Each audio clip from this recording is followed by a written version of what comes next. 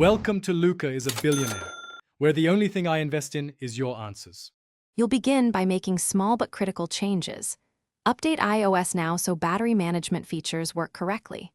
Once done, enable optimized battery charging in settings to slow charging past 80% during long charges.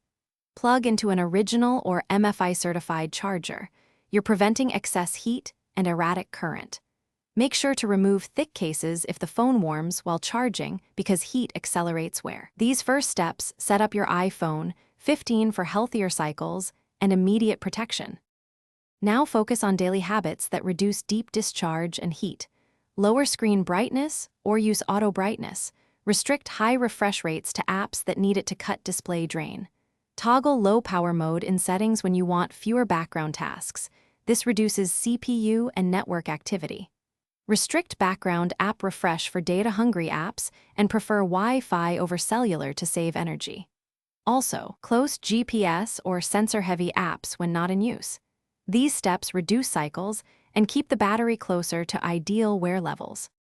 To finish, perform monthly calibration by discharging to around 10% and then charging uninterrupted to 100% to help the battery gauge. Check settings battery health to track maximum capacity.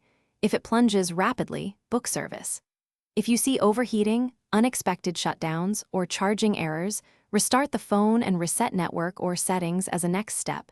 Make sure to back up first. If problems persist, contact Apple support or an authorized service provider for diagnostics to avoid further damage. Thanks for watching and please subscribe. It's the best investment you'll ever make.